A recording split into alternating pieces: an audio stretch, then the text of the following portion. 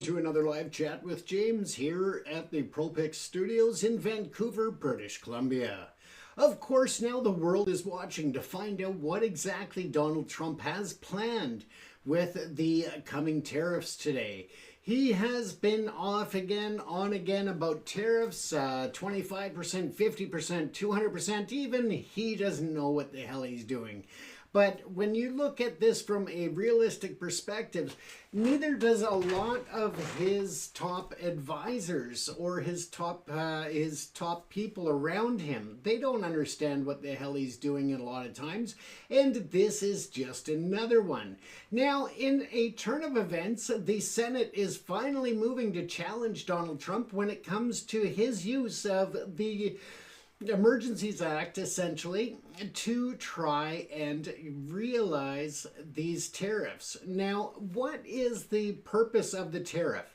The tariff traditionally, or what it should be for, is to try and encourage the purchase of US-based goods and services over the products that are imported from other countries. Now, under free trade agreements, you negotiate what is a good balance for each other's economy, and you base the free trade on that. What is needed, what's traded, and it goes back and forth that way. Now, 99% of goods traveling between the US and Canada, traditionally under our free trade agreements, and most recently the US-Mexico-Canada agreement, 99% of goods have been tariff-free. There have been a few exceptions in that 1% that include things like dairy, where if the US exports more dairy over a certain threshold, then that amount over and above the cap or the limit would then be tariffed at a high rate. But again, it has not happened. There's been no tariffs on the dairy because the US just simply doesn't export that much to Canada. Now, this is a very big turn of events in terms of the historic cooperative agreements between both Canada, the United States, and Mexico. And when we wake up tomorrow, or later today, because it is after midnight, we will have a better idea as to what these tariffs are going to look like. But at the end of the day, as I said, the historic purpose of tariffs is to have an equal, balanced trade agreement to try and encourage your own economy, your own manufacturing, your own farmers and agriculture, and so forth. Now, the way that Donald Trump is using it is to create essentially a tax on his own people. Because let's face it, these tariffs at this volume that he is implementing across the board, and what he claims are retaliatory tariffs on his own tariffs. It's just retarded that Donald Trump has his head so far up his own ass that he doesn't understand that he's double speaking and just lying to people. But the realistic truth is that he is implementing these tariffs as a way to tax Americans in order to give more tax breaks to the rich. And that's what it's all about. At the end of the day, he wants to generate billions of dollars in taxes that are coming at the expense of American consumers, so that he can afford to deliver on his promise to his rich friends for more tax breaks to those who are already not paying their fair share when it comes to the tax rates. Now, even people such as Warren Buffett will tell you that, even his personal assistant pays more taxes than he does. And that is because they know how to play the system.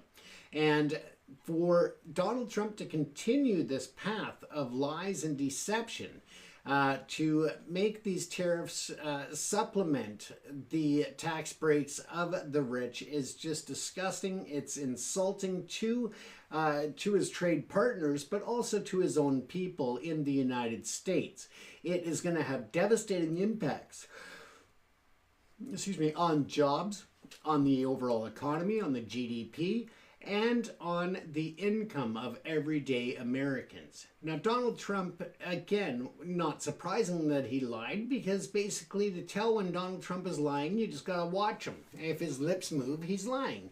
And the same goes for Bargain Basement Barbie, Caroline Levitt, his press secretary. They just try to push the narrative that the foreign nations are paying these levies and these tariffs, and that is so far away from reality that it's amazing how many people still believe it.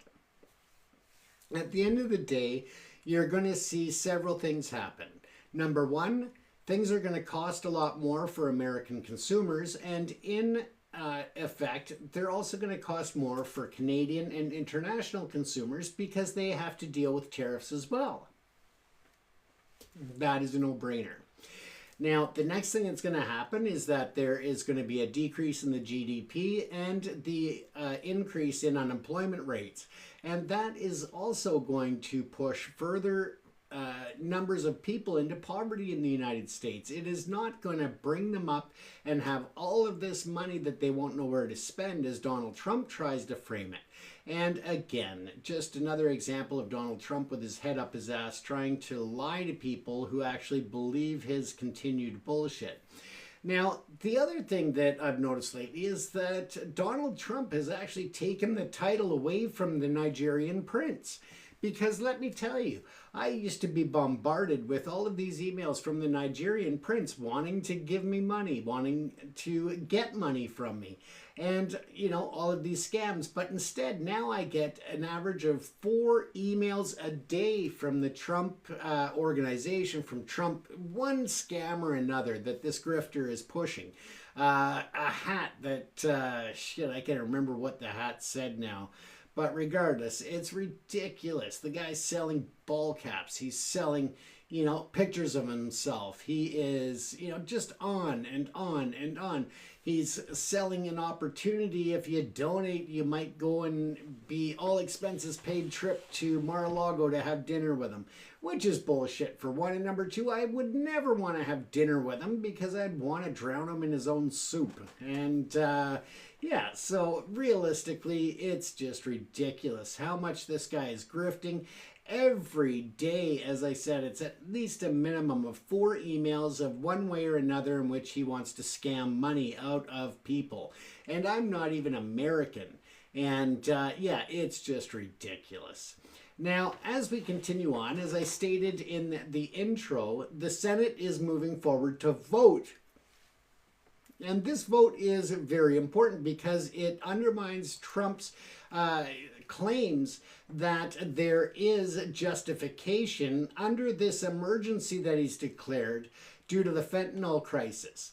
Now, Donald Trump says that this is the reason for the tariffs, and the Senate is saying that this is a non-issue. It is not a real emergency, and it's one that was invented by Trump in order to, again, justify this illegal trade war that he's partaking in and going against his own people. Now, to give you some type of perspective, or to give you a perspective, 43 pounds of fentanyl crossed the Canadian-U.S. border into the U.S. last year.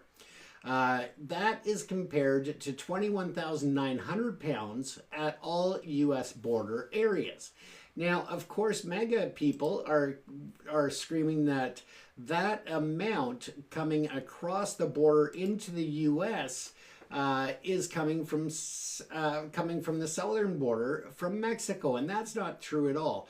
There is a lot flowing in from Mexico, absolutely. But you also have to keep in mind that that volume of fentanyl is also including what's coming in at the ports. What is being caught coming in on whether it is smuggled through domestic flights and charter flights or being sent through air packages from, you know, different nations. And a lot of the fentanyl, or at least precursors to it, are stemming out of places such as India and China. And so again, he is pushing this off as an international emergency that is impacting the U.S. when it is, yes, it is a crisis. Yes, it is an emergency, but it is not one that justifies the initiation and use of the War Times Act and to initiate trade wars. So again, it is just completely against a lot of international agreements. Obviously, the Trump administration has been going on about a lot of things. They've been doing a lot of things that just prove that they could not give a shit about any American or anybody except for themselves and their rich friends. We can take a look. There is a makeup artist. He is gay, whatever, but he was deported to the El Salvadorian prison. Again, he was not a member of a gang. He did not have criminal history and such. And unlike what the Trump administration wants you to believe, not all of the people being deported to the El Salvadorian prison are actually gang members. They are not all illegal or involved in illegal activity. There are some that are just hardworking Americans who happen to get caught up in his ICE raids and were deported as a result of the idiocracy, the ignorance, and the sheer lack of concern for the safety and lives of others. Another instance was, I believe it was Maryland, where this other gentleman was from. He has a wife, he has a couple of children, and one of them is a 5-year-old with disabilities. And the U.S. ICE crackdown rounded him up and arrested him based on rumors and accusations from 2019 that he was involved in gang activity and criminality, which were proven to be false, which even the police that were investigating did not believe the information given. And a part of the reason ICE labeled him as a gang member is that he was wearing Chicago Bulls outfit. I believe it was a sweatshirt or a hoodie or something. In addition to the false accusations that were proven false. Now, he was given protective status by the judge, stating that he would not be deported to the country in which he came from, and that happened to be El Salvador. He had a real and credible concern that he would be killed by the gangs in El Salvador. And that is why he chose to travel to the U.S. and to apply for asylum and to be given that protection. Now, in that order of protection from the judge in the previous case, he was given that protection so that he would not be deported back to El Salvador, that he could remain in the U.S., and that he was protected from, again, the deportation that eventually just happened, and the U.S. government claims it was due to a clerical error.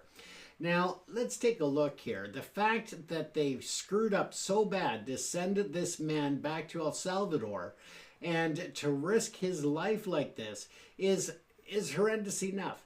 But then, to take it even further, when the U.S. government was asked about repatriating him to the United States, they in turn said that they could not do that. They had no authority to return him to the United States because he was now in the custody of the El Salvadorian prison system, and they have no authority to bring him back to the U.S. So essentially, they've given this person a death sentence by illegally and wrongfully deporting him to start with.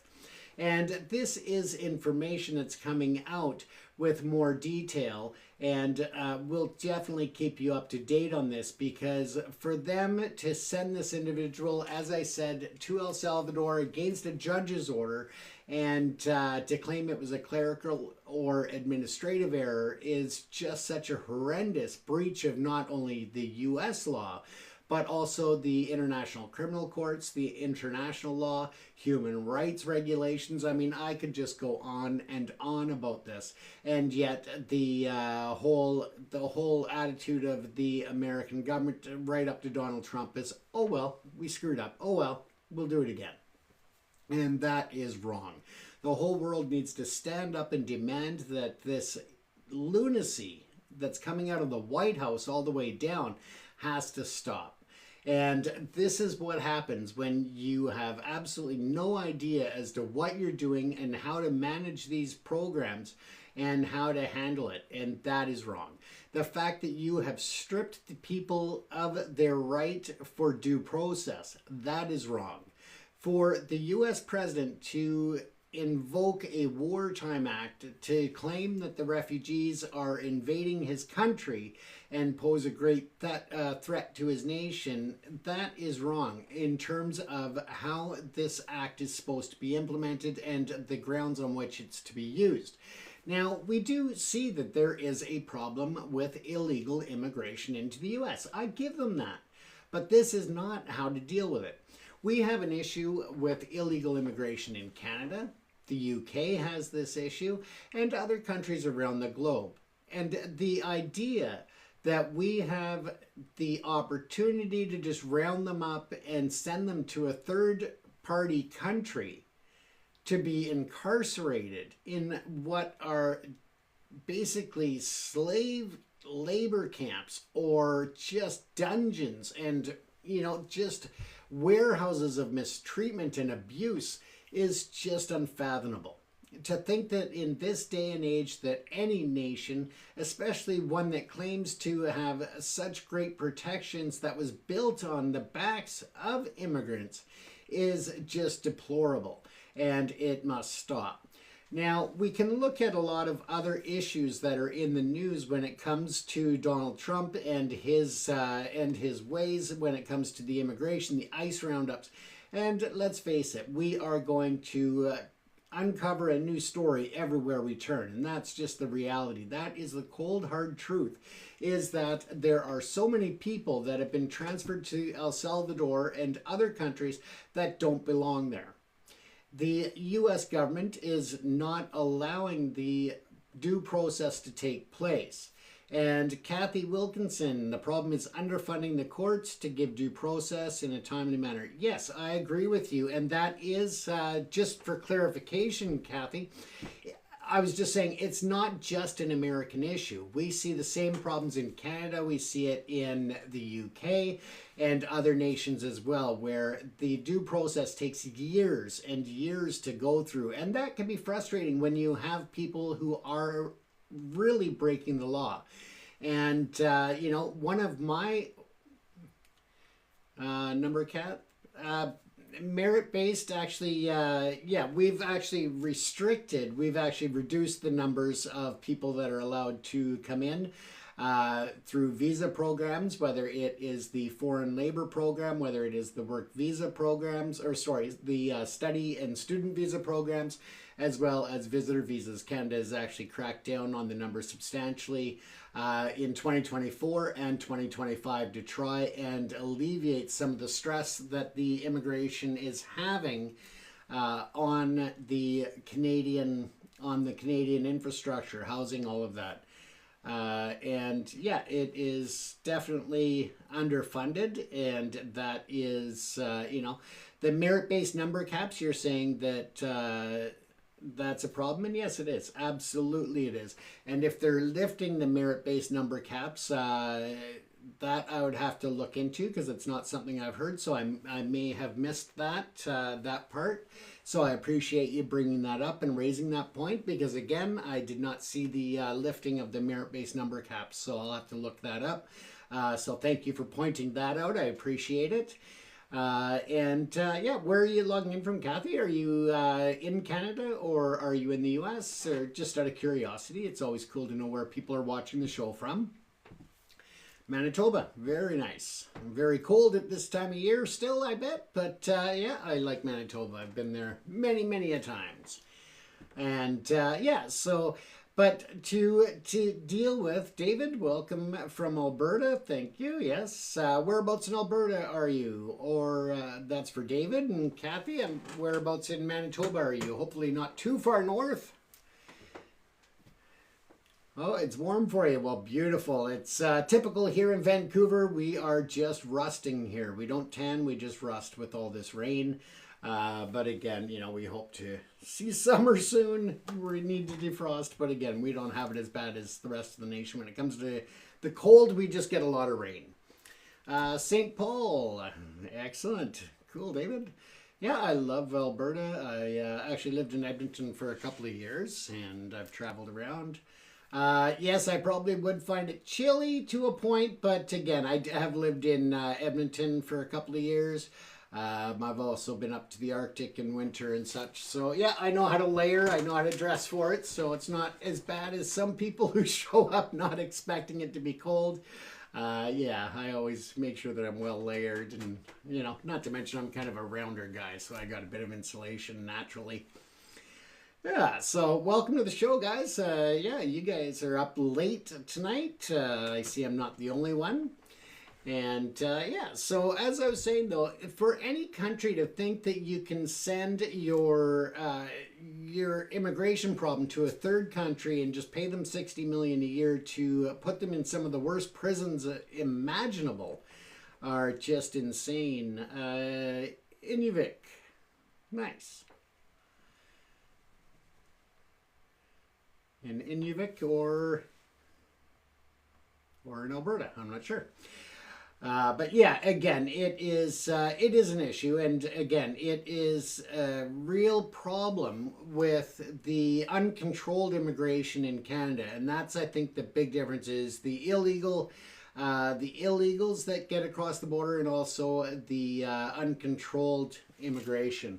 And now, of course, that we've seen restrictions in the student visa program, we are seeing a huge influx that's costing us money and resources in the people that are applying for asylum from places like India and China and such, because they are no longer allowed to, or automatically, the different programs with the education visas and the learning visas.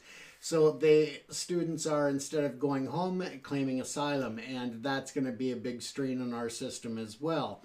Now, my personal opinion when it comes to people who have been ordered deported and have all kinds of appeal processes, especially when it comes to criminality, I think that in those cases where there's no imminent harm to life, I think they should actually have to be going back home to their nation in which they are nationals of, and file their appeals from there through the consulates, through the embassies, and so forth.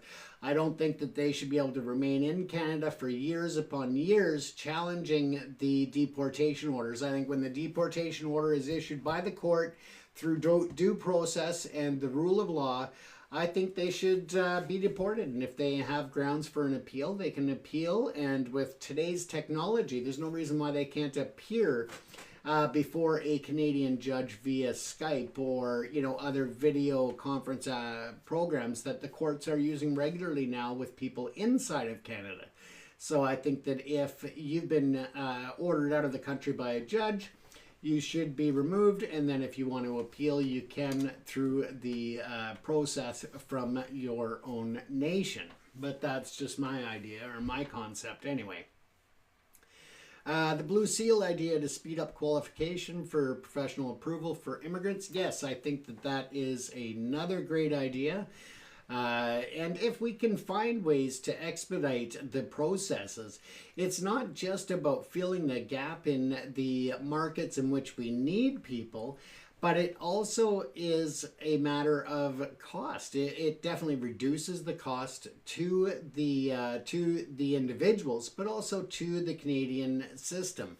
So again, to speed up different processes, including the Blue Seal, again, that would be a great, I think, benefit to so many ways. Let's see, depends on the country. Some deportation orders are due to lack of paperwork, but you're from Rwanda, you could face arrest. We had one of those. Yeah, and as I said, I think that when you are looking at criminality such as in the Humboldt bus crash or things like that, I'm not talking minor infractions, I'm talking serious crimes. Or where it is, it's not just something minor in terms of paperwork or things like that. And let's face it, being sent back to Rwanda in many cases could be a risk to life. But again, it's not about people that are claiming asylum. I'm talking about people who are actually charged with serious crimes. They should go, they should go when they are ordered and then file their appeals from their home nation. And that's just my thought, and maybe I'm wrong on that. But again, this is a great place for everybody to chat and to be involved. So yeah, by all means, even if you don't agree with me, share your opinion, because that's what this is all about. It's all about just engaging and having a conversation late at night, because all of us night owls are up and hanging out here in the Great White North, apparently. So, yeah, that's good though. And yes, you're absolutely right, Kathy. That's how reform happens. We need to see a lot more pressure on that. I think that the immigration issue is going to kind of take a back burner to several other issues that are much more pressing, with the tariffs coming in later today. Or may not, who knows, with Donald Trump. But again, I don't think that he really expected Canada to give the pushback that we have. And you look at the numbers. I mean, in some regions, their tourism counts are down 70% in the U.S. from Canadian visitors. And that is, for every 10%, we're talking billions and billions of dollars to the U.S. economy for tourism that is now gone. And it may take them years to get it back, because let's face it, a lot of people are frustrated. They are angry. They are hurt. And, by our closest, or what traditionally was our closest ally. So I think a lot of people have those concerns. And I saw an interesting post online the other day. There's a community in the UK, and somebody's a garbage collector or whatever. Let's see, I don't think we will feel it like the EU because our auto cargo. Yes, I do agree. Yes, I do agree with that. And my other show that I do on Satellite TV, our talk show, my co-host is actually over in London in the UK.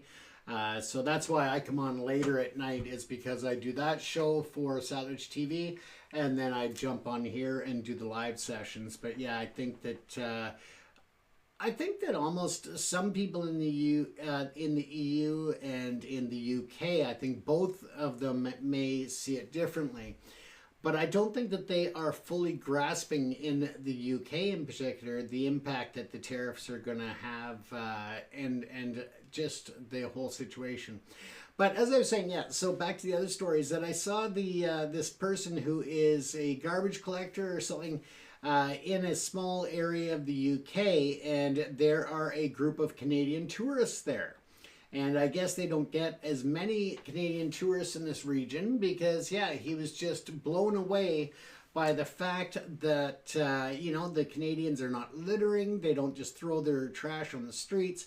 And the whole community is like, yeah, if this is what the Canadians are like when they come and visit, we'd love them. We'd love to have more of them come and visit us here. And if that's money that they were going to spend in the U.S. and they're bringing it to us instead, they love it. They are so happy for that.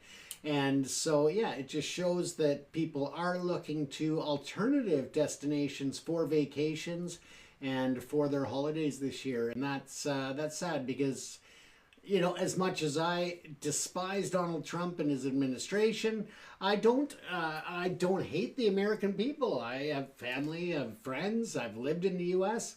I don't hate the American people. I just hate the administration and what they are doing to not just Canada, but around the world. I think there's just so much deception going on, and so much, corruption within that administration, that it's just pathetic.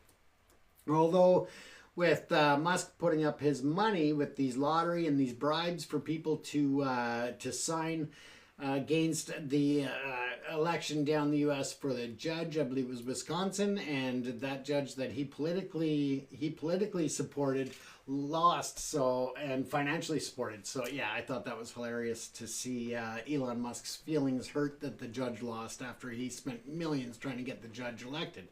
And at the end of the day, the fact is that there are certain laws in that state when it comes to auto dealerships, and I don't know exactly how it works in Wisconsin, but apparently Elon Musk cannot open or sell his cars there with dealerships and such. So he's looking to sue the state to change that law so that he can sell Teslas and Cybertrucks in Wisconsin at dealerships. And apparently, yeah, that was one of the main reasons he wanted to support this one judge, because he felt that he would get favorable results through having that judge placed on the bench. And of course, that didn't work out for him, so that's good. You're half American, top half or bottom half, left half, right half. That's great. Yeah, and I have a sister-in-law who's American. She lives here in Canada. But my godson is American. He lives in Los Angeles. I've lived in Los Angeles for several years, in Santa Monica to be exact, where I lived. But yeah, no, I love America. It's a beautiful country. There's beautiful people. And it's just sad to see that, there's so much animosity going back and forth. But again, people need to keep it focused on the politicians, the administration, and the policy that they're angry with, not at all Americans, and that's a big thing. And I think that with the sports teams, whether it is the Toronto Maple Leafs or the Canucks or the Blue Jays or whatever, when people are booing the national anthem, again, it is for some people it's misunderstanding that they think they are booing the entire country of the U.S. But in fact, it's meant to be a boo and an argument against the Trump administration and tariffs and all of these things. So, unfortunately, sometimes people take it a lot more to heart personally than they should. But at the same time, I think you go to a hockey game, and as frustrated as you are, we go to hockey games and entertainment venues to be entertained and not think about that stuff. So to be there and to be booing and being rude, in my opinion, I think it's rude to boo the national anthem, because you're going there for entertainment. You're trying to give your mental state a break from all of the crap that you've got going on in the world. Whether it's politics, whether it is wars, all of that stuff. The reason we go to entertainment venues is to get a mental break. And I think that at that point you leave your politics and all of your other world issues outside of the coliseums, outside of the arenas, outside of the stadiums. Go in and enjoy yourself. Leave the politics outside and just do what you went there to do, and that is to be entertained, to give yourself a mental break and to not, rile people up over it. So again, I'm with you, Kathy. I don't agree with the booing. I think that at the end of the day, as I said, I think that you go to these venues for a mental break from all of this stuff going on around you. And when I do, I've been performing stand-up comedy at clubs for decades. And to me, it's you go to the comedy club to get that break, to laugh, to enjoy yourself, to have fun, to socialize with others. It's not about dealing with the shit outside the doors of the comedy club. It's about just living in the moment and taking a break for yourself. And I think that a lot of people have forgotten how to do that. And that's probably why we have more mental health struggles in society, and the medication numbers are up. All of that sort of thing is because people don't know how to turn off anymore. They've got their phones. They've got just so much bombardment of information coming in that people just have forgotten how to turn off that switch, to take the break, to just live in the moment, to enjoy what's around them, the people around them. So it's sad. It really is. But other than that, folks, that is another episode for Live Chat with James. I hope you enjoyed it. I definitely enjoyed the feedback and the conversations going on here. Thank you very much to Kathy and others for putting their messages up in the comments. And if you're watching the rebroadcast of this live episode on YouTube or other platforms, by all means, feel free to leave your comments below. If you have topics that you would like to see discussed on the program, by all means, add it in the comment section, because a lot of times we get those. I would also like to send a special thank you out to Canadian Senator the Right Honourable Singh Dillon, for a very pleasant and friendly email that he had sent from the Senate. Just recognizing the different topics that I do on my other program, with Angus Scott that we do every night, and that has to do with human rights and different issues for different communities, including the Sikh community. So yeah, thank you for a very nice email acknowledging that work and showing appreciation for it. Other than that, folks, again, have yourself a wonderful night. Stay safe, and we will see you tomorrow night at around the same time. This is James from the ProPix Studios in Vancouver, British Columbia. Stay safe, everyone.